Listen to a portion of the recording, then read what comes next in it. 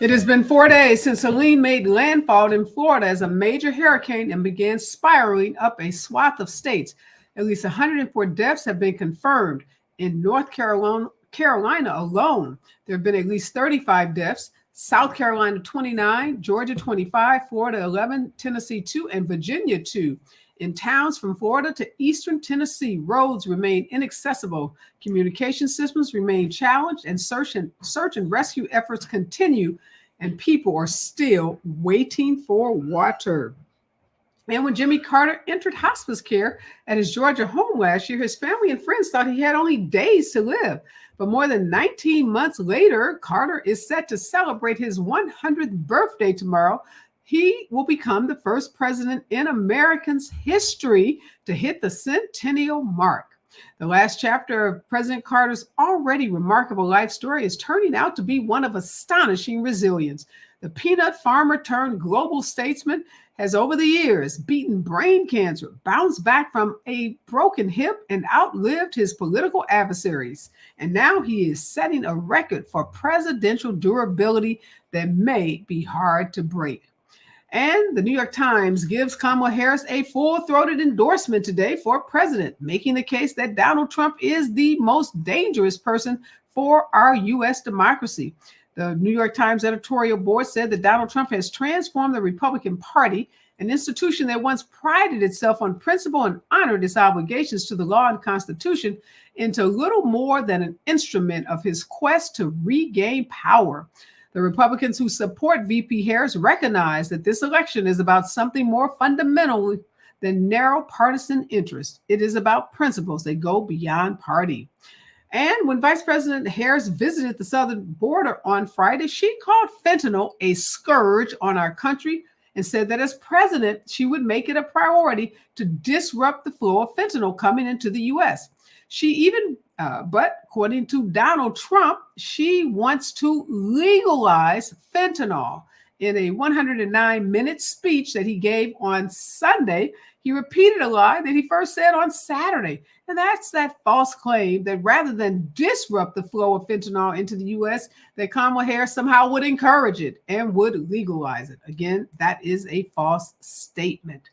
And former Republican Senator Jeff Flake has endorsed Kamala Harris for president.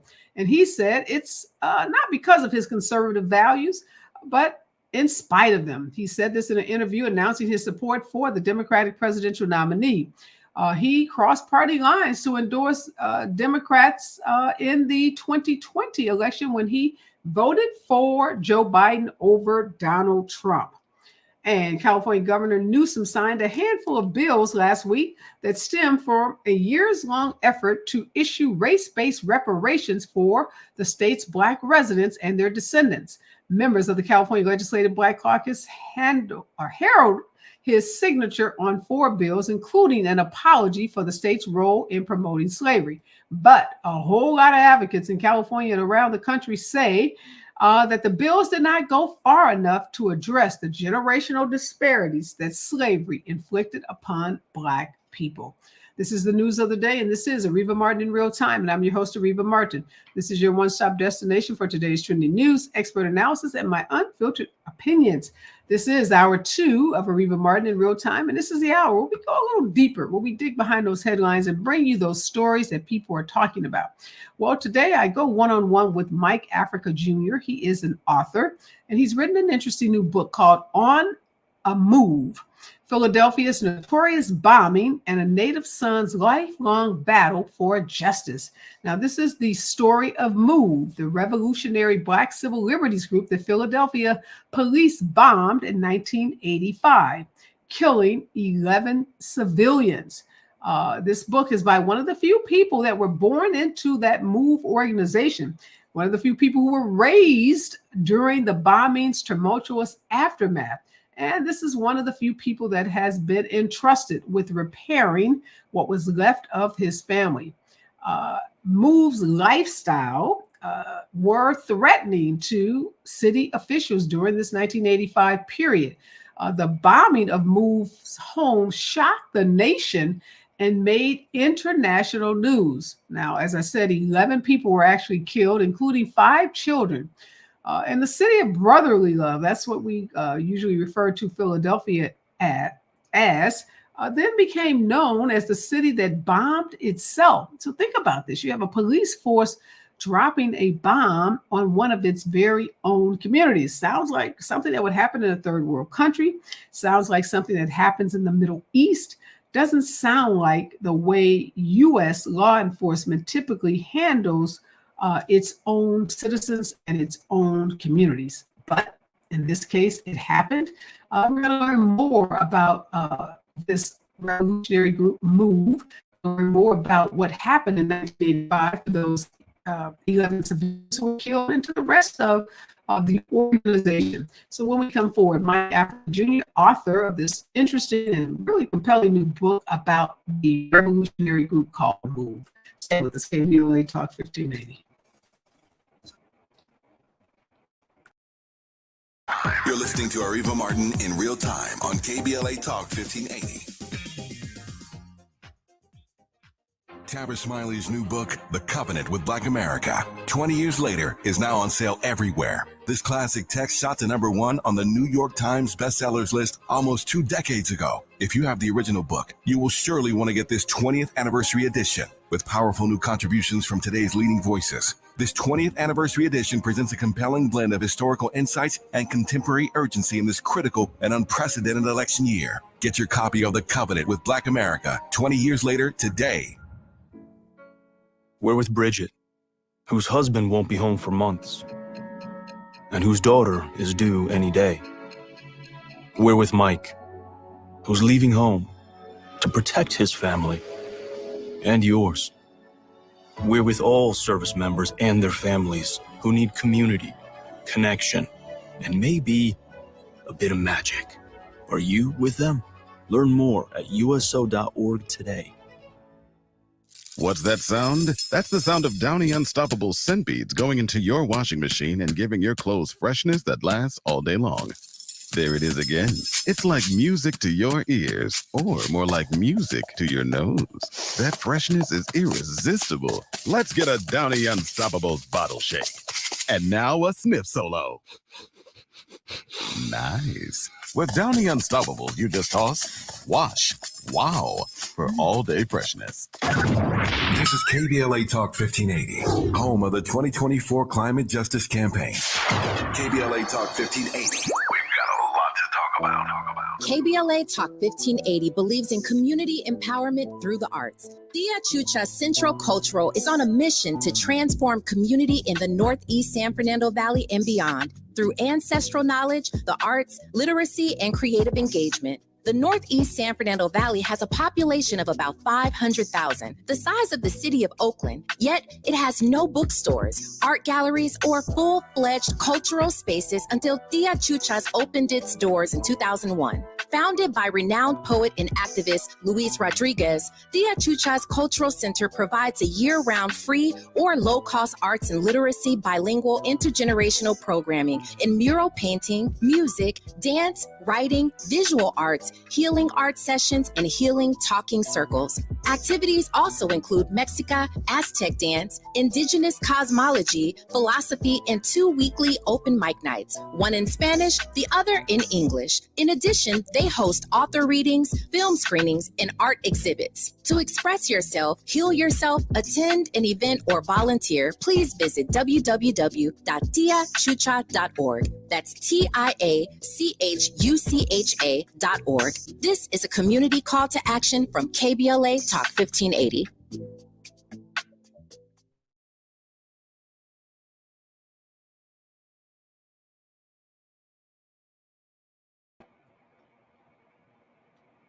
We're back, and Mike Africa Jr. is joining. He is the author of a new book called On a Move, Philadelphia's Notorious Bombing and a Native Son's Lifelong Battle for Justice. Thank you so much, Mike, for joining me. Boy, you've got a really, really compelling backstory. I know that you were 6 years old when this community of MOVE was bombed in Philadelphia by Philadelphia's own law enforcement, and your parents were incarcerated. And take us back to this period in 1985, before the bombing, because a lot of people may not remember this group move, what it stood for, what it was doing, and how it came to be in this Philadelphia community.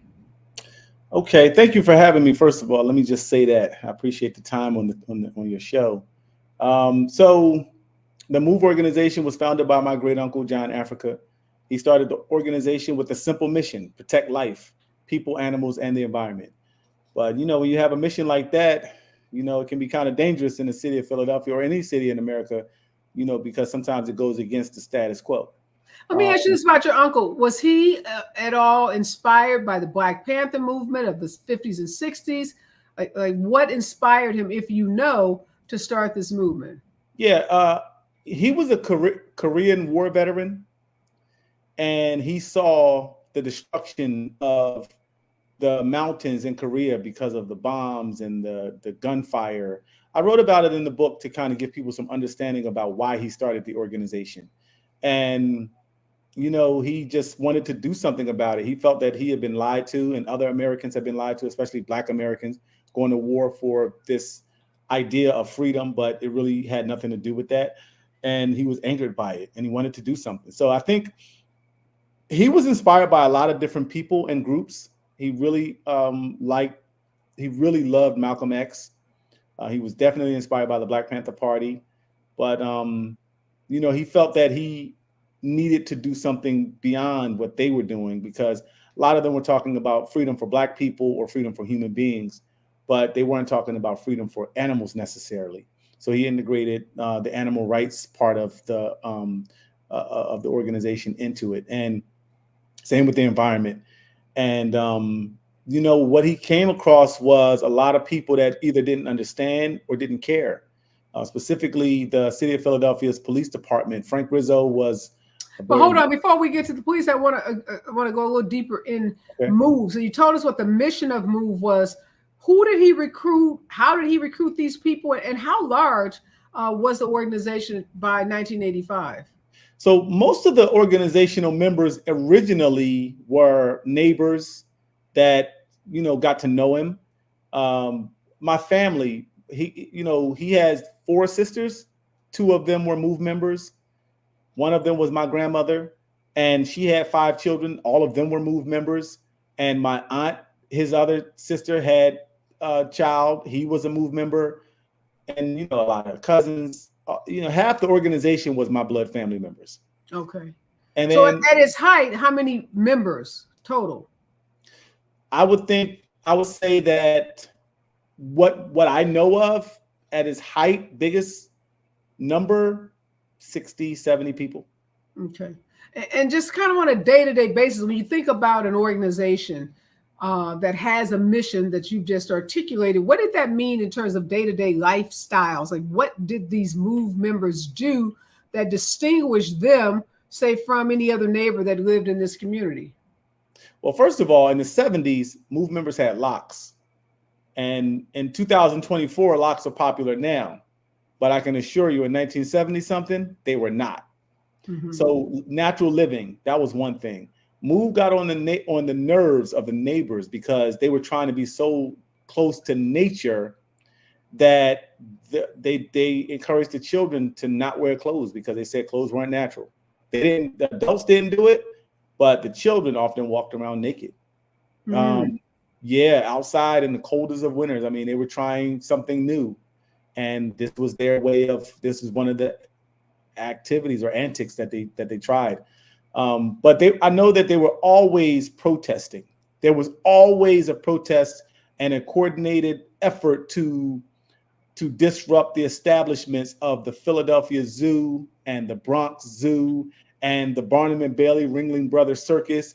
John Africa they made up signs, protest signs that said, that they didn't say Barnum and Bailey Ringling Brothers Circus. They said Barnum and Bailey Ringling Brothers Sadism, because he would say it's so sadistic to force a baby tiger to jump through a ring of fire. That baby tiger is somebody's baby, just like a person is somebody's baby. And, it wasn't right to do that to those animals. And if Black people could understand that, we didn't want to be shackled in chains and our ancestors be brought here in chains from Africa, we should understand that lions don't want to be brought here in crates, and tigers don't want to be brought here and electrically prodded and stuck with steel spikes and starved and forced to jump through rings of fire. So, but I want to go back to the children not wearing clothing. You said even during the winter months. I would imagine that was startling to many on the block. Let me tell you, as one of the kids, it was startling to me. Oh, you lived through this. I am one of the children. I grew up in the organization. I was born in the organization during before the bombing, during the most tumultuous time of the history of the organization. I was born in a jail cell as a MOVE member, as a MOVE child. So no, we were not comfortable at all the way MOVE was living in 1970 something. So, like, what happened with school? Like, did you all go to school? If you went to you couldn't go to public school, get on a public school bus with no clothing without a teacher or somebody reporting it to Child Protective Services. So did they keep you all locked in in homes? We've been taken by Child Protective Services a few times. What they started doing was when we would go out, we would put clothes on. But around the property and in the confines of our homes and property, we would take our clothes off. Yeah.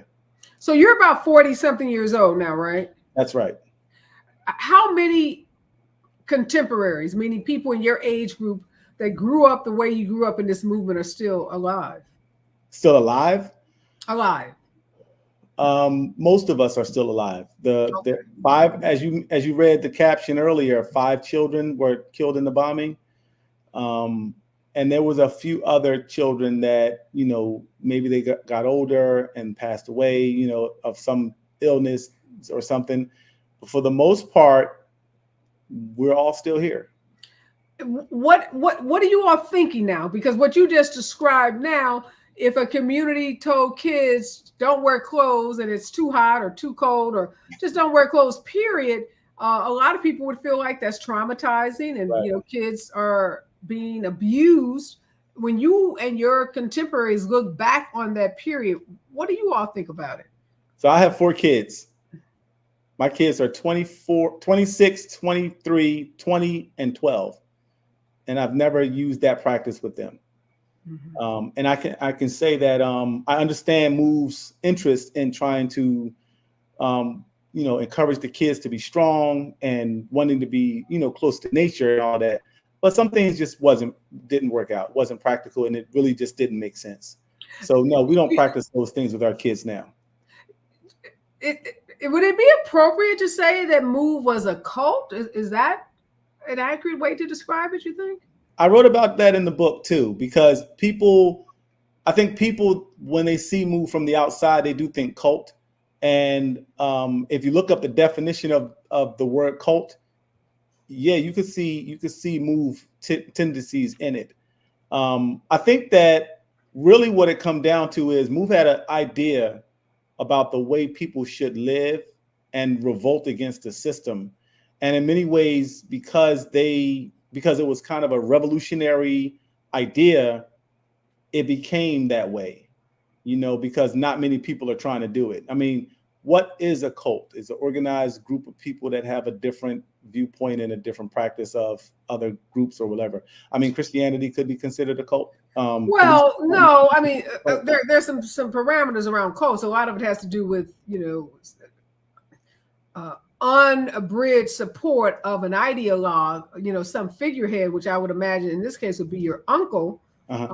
And most cults, engage in brainwashing and other kinds of, but we don't have to debate whether it was a cult. Obviously, some people probably view it that way. You all growing up in it, maybe you saw it differently. I don't know. I think of it as that way too. And that's why I said I wrote about it in the book. I can understand why people would see it that way, because if you look up the definition of it, it definitely has that characteristic.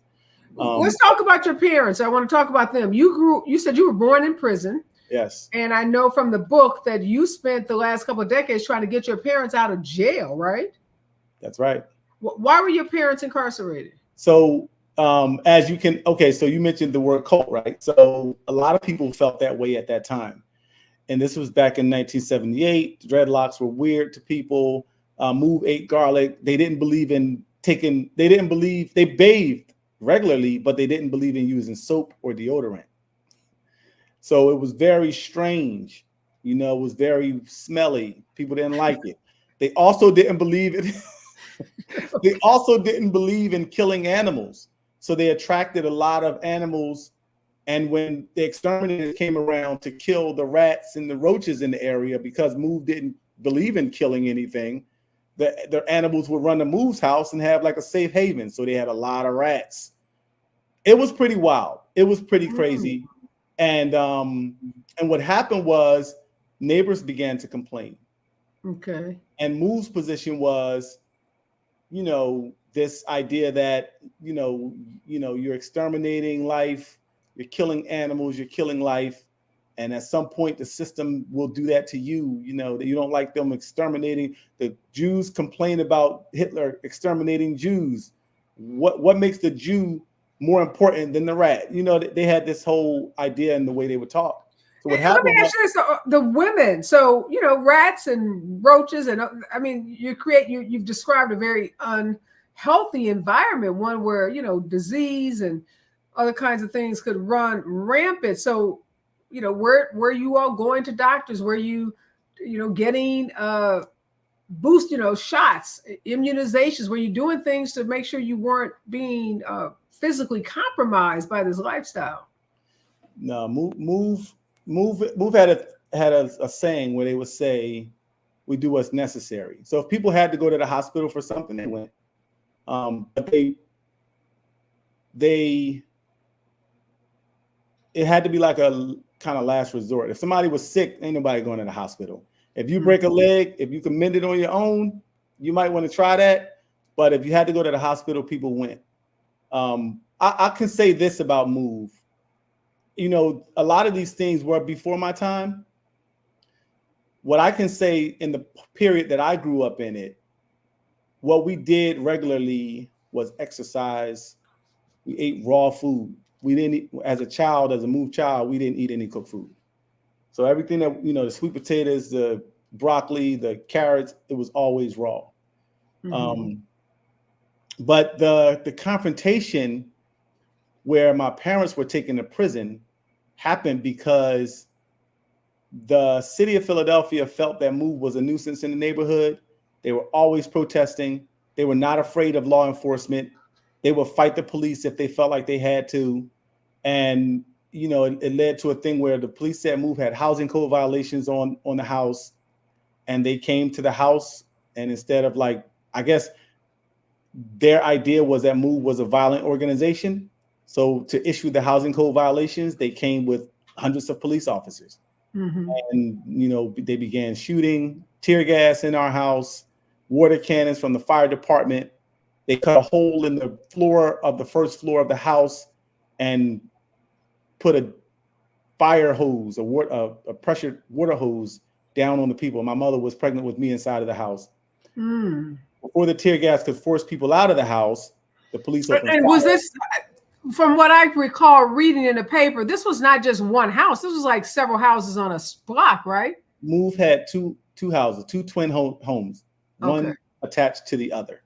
And there weren't 75 to 100 people living in those two homes, were there? No, there was at that. Well, a lot of people think that Move lived in a community like the Branch Davidians, where there was 100 people in one house, and it wasn't like that. No, while the organization had dozens of members, people had their own houses, families. Didn't all live in this one street. Okay, so these were just two homes. Is this where your uncle lived? Because I know you said your parents lived here. Right. So it was two homes that was split up into apartments. So there were multiple families living in different units of the property. Mm-hmm. My parents were two of the people living there, and they had my little sister, or my big sister, who was just 2 years old, and my mom was pregnant with me at the time. Okay. So your parents were there when the police was the bombing prompted by them serving the city code violations? Did that prompt this standoff with police? No. Hold that thought. When we come forward, we're going have you talk about what prompted the actual standoff between the MOVE residents, the group, the organization, and the Philadelphia Police Department. Stay with us, KBLA Talk 1580. More of Areva Martin in real time when we come forward. I'm Amber Payton. Here's the latest on the Black Information Network. 2 members of New York City Mayor Eric Adams' inner circle are tying the knot. Outgoing City Schools Chancellor David Banks and his fiancée, First Deputy Mayor Sheena Wright, who are both Black, got married over the weekend on Martha's Vineyard off of the coast of Massachusetts. Prior to Black Mayor Eric Adams being criminally charged last week, Banks and Wright's phones were seized by federal authorities. However, they have not been charged with any wrongdoing. Meantime, legal experts say now that Banks and Wright are married, they could claim spousal privilege and avoid testifying against one another should the case get to that point. The city of Memphis is taking time to honor 2 Black hip-hop legends. Rap duo 8Ball and MJG were honored over the weekend after the city renamed the corner of Park Avenue and Airways Boulevard after them. The community joined Black Mayor Paul Young for the renaming ceremony. 8Ball and MJG say they've been representing Memphis through their art for over 30 years, and they are emotional that the city is paying tribute to them. That's the latest. I'm Amber Payton on your home for 24/7 News, the Black Information Network. Stop traffic in East LA is going to set you back for about 35 minutes on the 710 South between the 60 Pomona Freeway and Firestone Boulevard. Over in Elysian Park on the 110 South between Hill Street and Vernon Avenue, a 10 to 15 minute backup still runs heavy and stopped. West LA's traffic is up to 30 minutes running stopped on the 405 South between Santa Monica Boulevard and La Tierra. Then in Long Beach, watch for his truck stalled in the center divide of the 710 South at the 405. September 15th to 21st is Asthma Peak Week, with the highest concentration of asthma flare-ups and hospitalizations. To become a more active participant in your care, visit luma-edu.com. This message is brought to you by Amgen and AstraZeneca. Hi, I'm Kyle at Blindster.com. At Blindster, we offer custom-made faux wood and real wood blinds and shutters, cellular shades, Roman shades, bamboo shades, exterior shades, and more, all at factory direct prices. Don't pay too much for new blinds. Go to Blindster.com. Is this the title? This is the KBLA Sports Minute with Ray Richardson. When Magic Johnson became a part owner of the NFL Washington Commanders last summer, he said it was the biggest achievement in his business career. A year later, Magic is connected to the hottest story in the NFL. Folks around the country are talking about the resurging Commanders franchise and their talented rookie quarterback, Jayden Daniels. Magic's team is 3-1 for the first time since 2011. Barack Obama was in his first term as president. The Commanders were 4-13 last season and finished the season 1-10. Here's an indication of how much Magic's team has improved. In the last 2 games, the Commanders have scored on every possession except kneel downs. Daniels has completed 85% of his passes in the last 2 games. The NFL has a long list of great quarterbacks, but none of them have an 85% completion rate in back-to-back games. No debates, no speculation, just the info you need. That's your KBLA Sports Minute. I'm Ray Richardson. More news, opinions, and conversation when we come forward on KBLA Talk 1580. You're invited to join KBLA Talk 1580 and the Empowerment Congress for a Vice Presidential Debate Watch Party featuring Governor Tim Walz versus Senator J.D. Vance. Tuesday, October 1st at 6 p.m. immediately following the debate. Broadcast live here on KBLA Talk 1580. There will be a live panel discussion. Refreshments will be served and seating is limited. So RSVP right away at KBLA1580.com. That's KBLA1580.com. At KBLA Talk 1580. We've got your black. You know where you want to go in life, and City National Bank can help. City National knows the dedication it takes to build your vision for the future into a reality, and our team is here for you. We have a wide range of options to help, from personal savings accounts to interest-bearing money market savings accounts and more, all designed to help you get where you want to go. City National, here for every stage of the journey. Learn more at cnb.com. City National Bank is a subsidiary of Royal Bank of Canada. Member FDIC.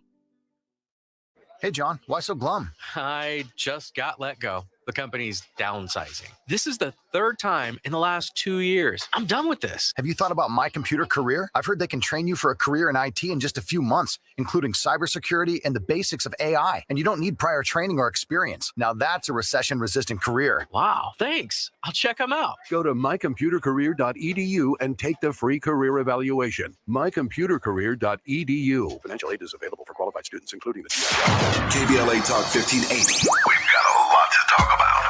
KBLA Talk 1580, connecting you with services and solutions. Single Moms Planet is a nonprofit organization dedicated to uplifting under-resourced single mom business owners and working mothers nationwide. Single Moms Planet offers comprehensive programs of financial literacy, business development, mentorship, and entrepreneurial training. They provide education, accountability, and hope. Single Moms Planet was founded by model, TV personality, and producer Nefertiri Plessy. Nefertiri felt firsthand the challenges that face single moms as she was raised by a working single mother.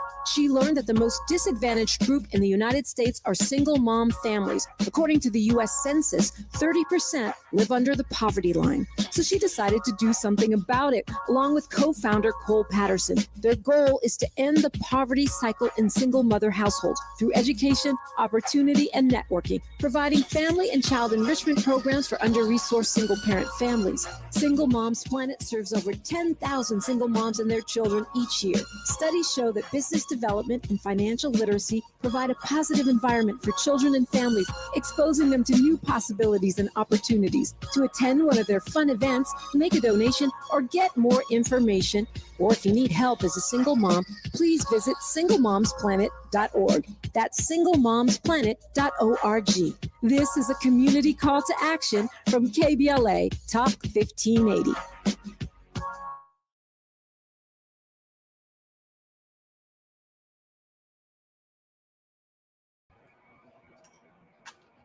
We are back, and Mike Africa Jr. is joining. He is the author of a new book called On a Move, Philadelphia's Notorious Bombing and a Native Son's Lifelong Battle for Justice. Mike was a kid. Well, he wasn't even born. He said he was in his mother's womb when the home that she shared with other MOVE members in Philadelphia was attacked by the Philadelphia Police Department. So, Mike, you told us about some of the conditions in these homes because the MOVE members didn't believe in killing animals, including rodents and other kinds of animals that people don't typically like to have on their property. You also talked about some of the practices around kids being naked. But tell us what prompted the bombing that became an international news story in 1985 of the homes occupied by MOVE members. So when the police department attacked my family's home in 1978, during the shooting, a police officer was shot and killed, and of course, they blamed the killing on my family. Now, why was there an attack in 78? Because the one that made international news was 85, correct? The bomb. That's right. That's right. So what happened? Take us back to 78. This was the one with the housing code violations. They said MOVE had housing code violations, so the house had to be evaded. Everybody had to leave. And MOVE, there was some kind of agreement that MOVE had with the city. They were trying to find homes for the animals that they had. They had a bunch of dogs. They were trying to find homes. They found homes for some, but didn't find homes for some others. And they went back and forth. And eventually it got to the point where the city of Philadelphia felt that MOVE had more than enough time to find homes, and they didn't do it. So the city was going to evict them. And MOVE refused to move. And when the police came to evict them, there was hundreds of police officers, fire department, and the streets department. They were tearing the house down with a wrecking ball while MOVE was still inside of the house. And so the shooting, the tear gas, eventually people came out of the house. My mother and my father came out of the house due to the tear gas and not being able to breathe. And they were immediately arrested. Later on, they found out that a police officer died. And 5 weeks later, I was born in the jail cell. And shortly after that, my parents and the other MOVE 9 members were convicted for the killing of the cop, even though my mother had never fired a weapon in her life. Did they ever determine who actually fired the weapon that killed the police officer? Many of the police officers said that the officer was shot by a stray bullet that came from behind MOVE. That's where the first shot came from. The supporters talked about the shot that came from some other direction other than MOVE. But the judge that sentenced them, he said that they were a family. They said they were a family, and that he was going to sentence them according to what they said they wanted to be sentenced as. So he gave them all 100 years in prison, 30-year minimums. And how many people were convicted for this? 9 people were convicted for the killing of one cop, with one bullet. And was it ever revealed who shot the gun, or that still was left unknown? Never. It was never determined who shot the cop. Did the MOVE members have weapons? Did they have guns? Of course, they claim they did not. And I believe they did. Yes, I believe they did. Okay, so that happened in 78, but that didn't end the organization. So the organization continued. So your mother and father were convicted, but not your uncle? Well, my uncle wasn't in the house at that time. Okay. There was 9 members that were convicted, and he was not in the house. The other members, him included, were protesting to get the release of the MOVE 9 members. And while they were protesting, they hadn't, they were not wanted or charged. Many of them had been arrested and released from prison because the state didn't have enough evidence to charge them or to hold them.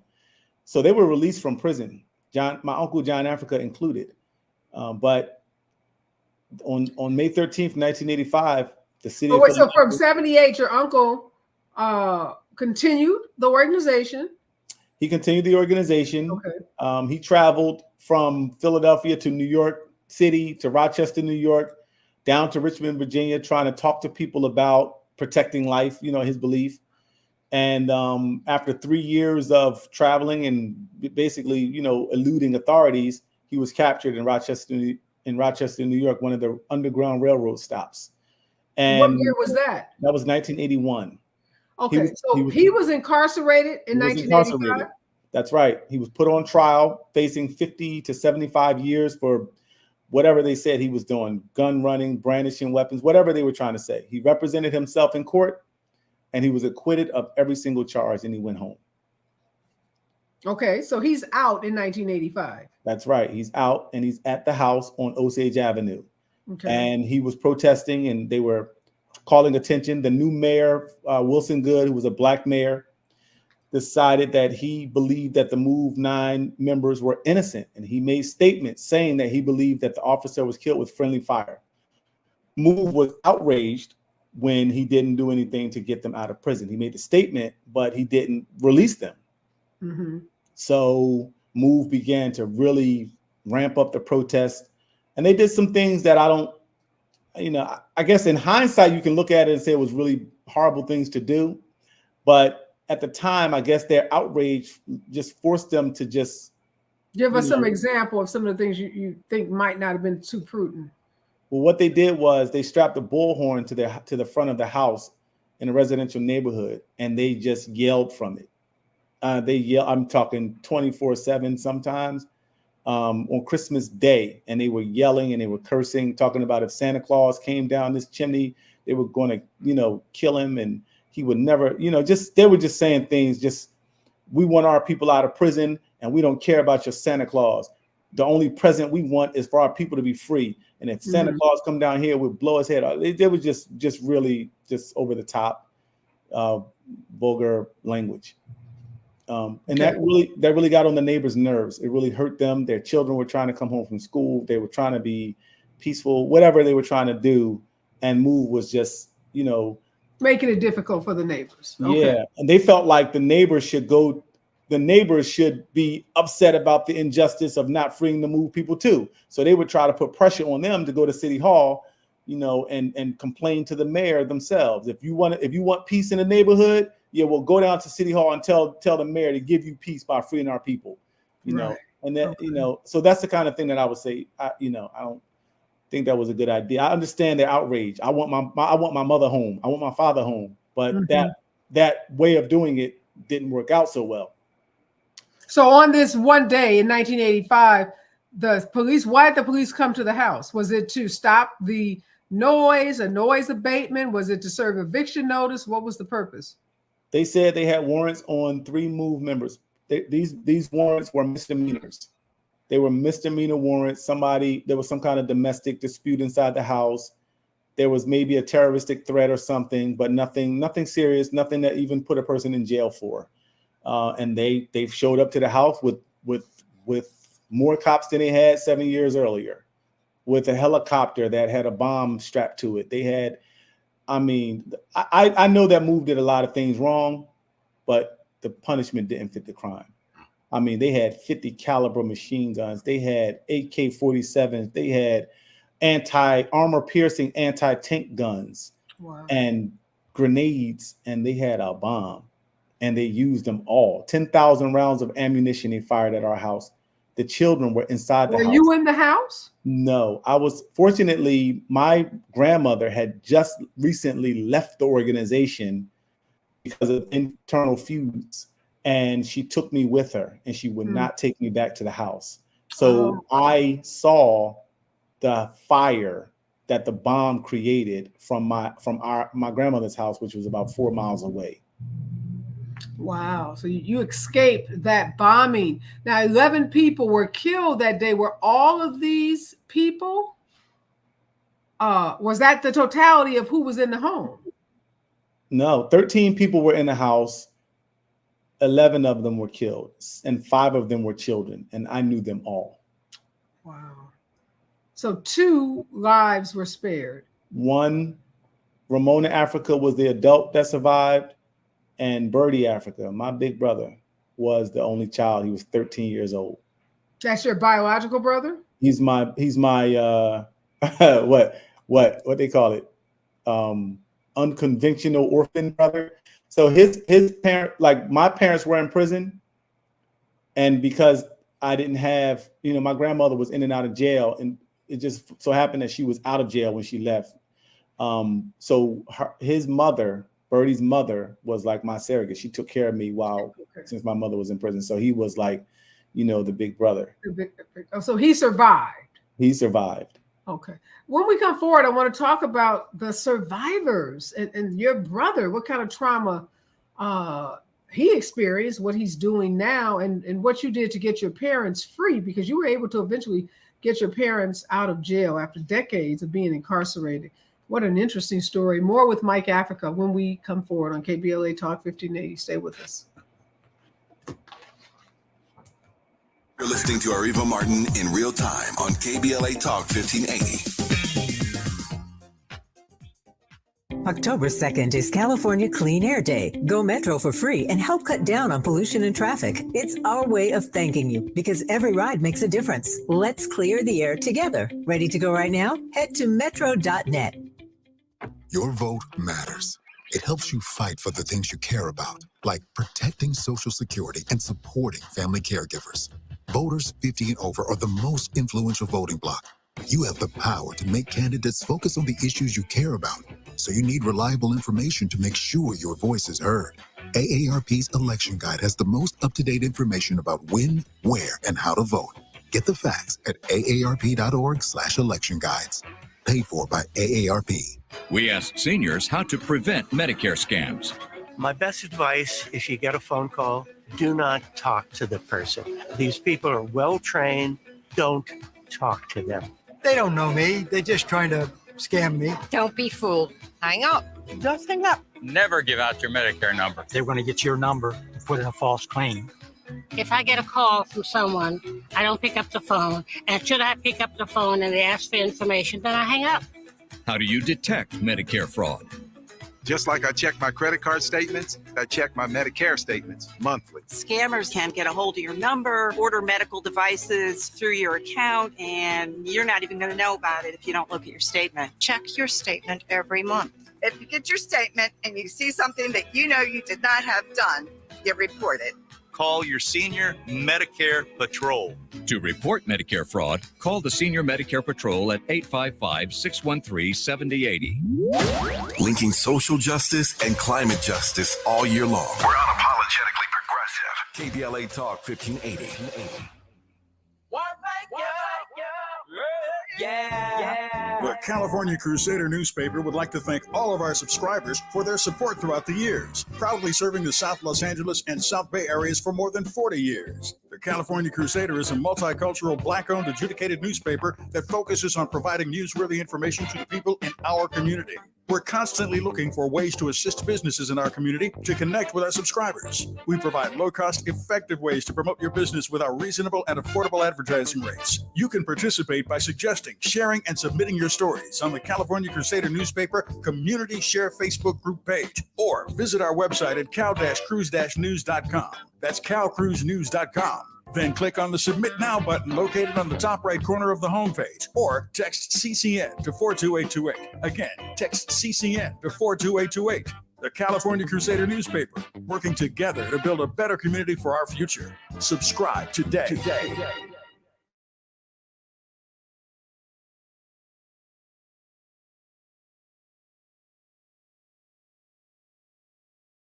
I'm talking with Mike Africa. He's the author of On a Move. It's the story about the bombing of the revolutionary Black Civil Liberties Group in 1985 in Philadelphia. Mike, I know that you were successful in helping your parents, who've been incarcerated for decades, get free in 2018. What was that like, and where are your parents today? Trying to free my parents from prison was one of the hardest things I ever had to do. Definitely time consuming. But it was probably one of the most rewarding things I achieved too. You know, outside of having my own, my wife, having our kids. My parents never, they didn't kill a police officer. They didn't belong in prison. And, it was really a lot of hard work. That's why I wear this hat to say hard work. It was a lot of hard work to get people to see that and get the officials to agree with me enough to release them. So how were they released? Did they get a new trial? Was the charges against them dropped? What happened? No, they were paroled. The parole board made a decision that they were never letting them go. They were never going to give them parole. For 10 years, they denied them parole. And, I met with the parole board members. I met with the head of the parole board. I met with city officials, state representatives. I met with every official that I could get in front of, city council members. And I just talked to them about the importance of them being home for me and what it would do for the city, a state that talks about second chances. And I just explained to them that my parents would be very good people and they would be contributing members to society. And I showed them all of the work that my parents had done in prison and all of the people that they had helped. And that, even though a lot of the things that has been talked about with MOVE, the negativity that MOVE, deserves some of the negative criticism they deserved, my parents weren't really those people. My parents, everybody didn't agree with every decision that was ever made when it came to a MOVE story. I'm sure my father and my mother weren't comfortable with rats being around them. And I know that, everybody wasn't. But sometimes when you're around other people, you can't control the actions of other people. And where's your uncle today? Is he still living? My uncle was in the fire, in the bombing in 1985. Oh, he's one of the 11 that died. Yeah. What happened to the movement? What happened to what? The movement after your uncle was killed in 85. After my uncle was killed in 1984. So let me just say something about him too. He was one of the neatest people. I think a lot of people don't really know him either. He was one of the neatest people, cleanest people. But he had this belief that life shouldn't be killed, and that just really changed the way things were. But after he was killed in the fire, Ramona Africa, who was the lone adult survivor of the bombing, she was released from prison in 1992. And after she was arrested, she was charged with arson, and the police charged her with setting the fire. So when my grandmother took me out of the organization in 1983 or 4, when Ramona came home in 1992, I asked my grandmother if I could go back with Ramona, and she said yes. So I went back with Ramona, and I started learning about the case with her. And, you know, we worked together to talk about the issue of the Move 9 being in prison. And that's what the organization mostly did. Traveled around the country, around the world, talking about this issue and saying free to Move 9. And so of the 9, your parents were released. Were the other 7 released too? In 2018, I went to pick up my mother from prison. And in 2020, my Uncle Chuck, who was the last remaining Move 9 member in prison, I went to pick him up too. Everybody else came home as well. So now all 9 have been released. Yes. Is there a movement now called Move? Right now, I am faced with this position of being the face of the organization at this point and juggling my own life and carrying on the legacy of the history. So 2025 will be 40 years since the bombing. And I'm working on a program called Move Reimagined. You know, there were a lot of things that Move didn't do right, but there were a lot of things that Move talked about that, if put in a different type of context or if placed differently, could have been very valuable for people, like eating healthy. You know, back in the day when Move was eating raw food, people looked at us like we were crazy. But today there are raw food restaurants. Then that became a whole movement. Whole movement. You know, the dreadlocks that we wore in the 70s, everybody looked at us like we were from Mars. But now there's dreadlock shops, and you know, you can get your hair done in dreadlocks. And you know, so I think that there are a lot of valuable aspects of the organization that I think could be continued and done if done the right way, while actually discarding some of the things that were harmful to people.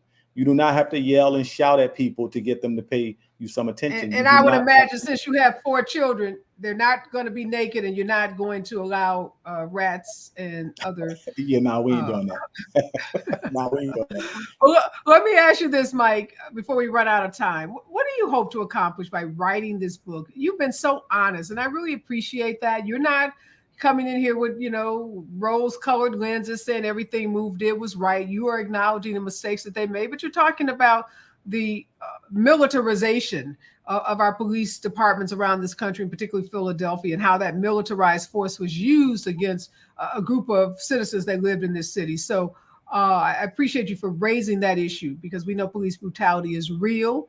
And we know even when citizens don't always follow the law, there is a level of punishment that we accept in our communities. And this is far from what any of that would look like. Incarcerate people, arrest them, prosecute them, but drop bombs on them, kill 5 children, you know, just horrific conduct on the part of this police department. But what are you hoping to accomplish with this book?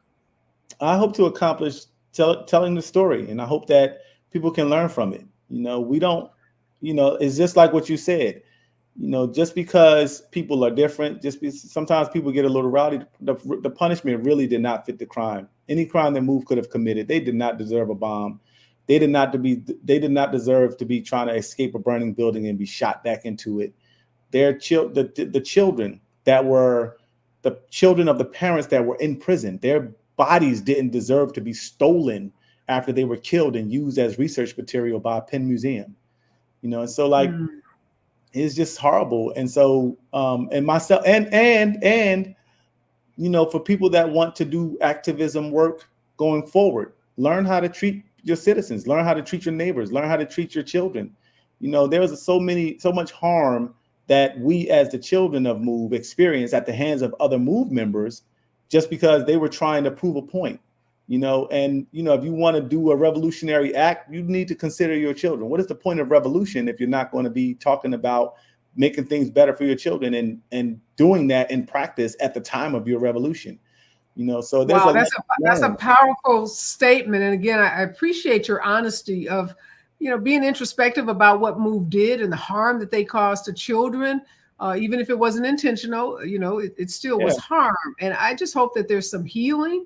I hope that you and your, you know, other survivors, I'm going to call you all survivors, can get some help with the trauma, because you did experience trauma, whether it was at the hands of the police or other, as you said, MOVE members. But what a fascinating story, and bravo to you for having the courage to tell this story and to figure out a way to tell it in a way that can honor, as you said, the things that were done well in this organization, and be honest about those that were harmful to the community as well as to families. We don't often see that. Often it's people want things to be either black or white, and we know life is complex and it's neither black nor white. It's lots of shades of gray. Again, thank you for joining me, Mike. Good luck with the book. Again, the book is called On a Move, Philadelphia's Notorious Bombing and a Native Son's Lifelong Battle for Justice. When we come forward, more on KBLA Talk 1580 with Robin Ayers and the Raw Report. Stay with us. CBS News did say that moderators could turn off the microphones if necessary. But just as the presidential debate, there will be no audience for the VP debate. CBS anchor Nora O'Donnell and Face the Nation host Margaret Brennan will moderate the debate, which is set for Tuesday.